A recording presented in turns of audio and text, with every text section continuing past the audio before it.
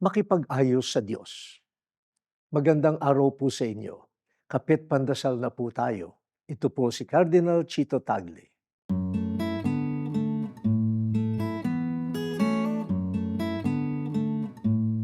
Kapag may mga away o sigalot, pinag-aayos ng barangay o judge ang mga magkakatunggali para hindi na umuwi sa kasuhan. May mga naging kasangkot sa isang illegal na transaksyon na nakikipag-ayos sa investigador. Yung ibang naging saksi, kapalit ng parusa. Yung iba naman, sinusuhulan ang investigasor para linisin o ayusin ang kanyang pangalan.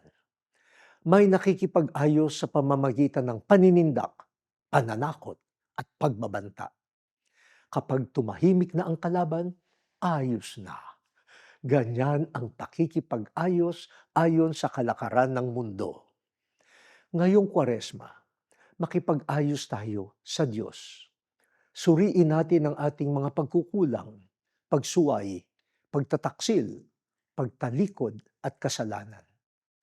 Hindi natin kailangang suhulan ng Diyos o maghanda ng depensa.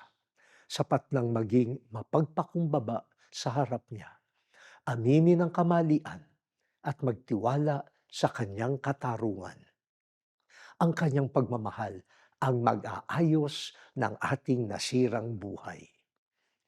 O Diyos, umaasa kami sa iyong habag upang maisaayos ang aming sugatang pagkatao at mundo. Amen.